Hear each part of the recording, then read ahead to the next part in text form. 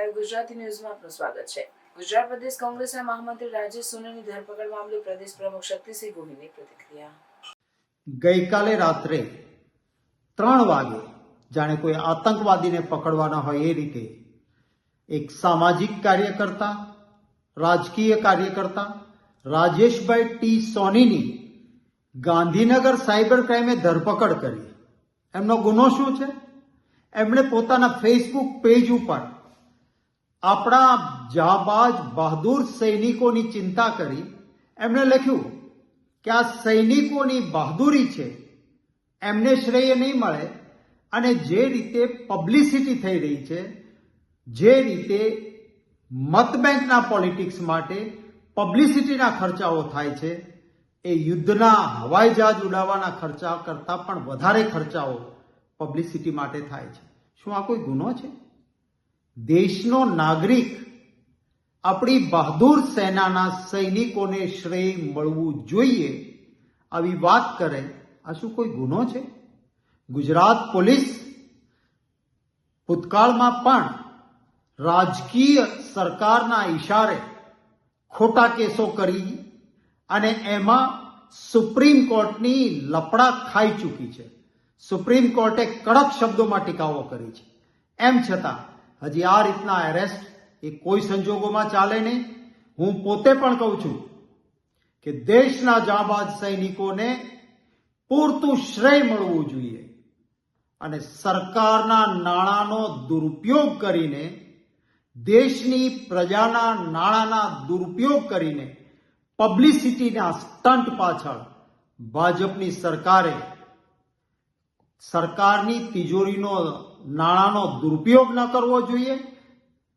કોઈ પણ સરકારમાં બેઠેલો નેતા હોય એને શ્રેય ના લેવું જોઈએ, પરંતુ ભારતની જાબાજ સેના અને સૈનિકોને નમન છે, એમને શ્રેય આપવું જોઈએ। ચાલો હું પણ આ બોલું છું, મને પણ એરેસ્ટ કરો। એક દેશનો નાગરિક, કોંગ્રેસનો કાર્યકર્તા આ જ ભાષામાં વાત કરશે અને ભાજપની સરકારને તાકાત હોય તો પૂરે અમને જેલમાં રાખો, જેલમાં। આ લોકતંત્ર નથી। લોકશાહીમાં બાબા સાહેબ આંબેડકરની અધ્યક્ષતામાં બનેલા બંધારણમાં મૂળભૂત અધિકાર પ્રત્યેના એ મૂળભૂત અધિકાર એ વાણી સ્વાતંત્ર્યનો, વિચારની અભિવ્યક્તિનો એ મૂળભૂત અધિકાર છે અને કરી શકાય।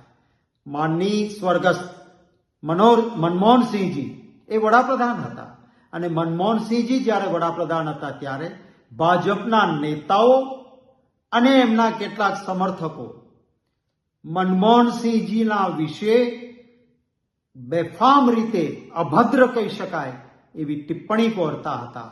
પરંતુ કોંગ્રેસની એક કેન્દ્ર સરકાર કે રાજ્યોમાં બહુ જગ્યાએ અમારી સરકારો હતી રાજ્યોમાં, ક્યાંય કોઈ પણ વાણી સ્વાતંત્ર્યતા ઉપર કાપ મૂકીને કોઈના સામે એફઆઈઆર અમે નથી કરી।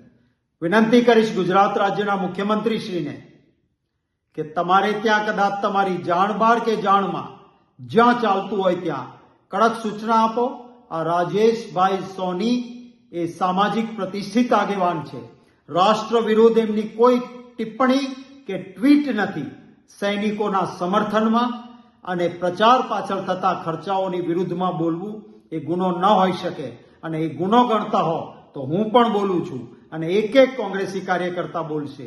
એટલા માટે તાત્કાલિક રાજેશભાઈ સોનીને જામીન મળવા જોઈએ એવી માંગ કરું છું।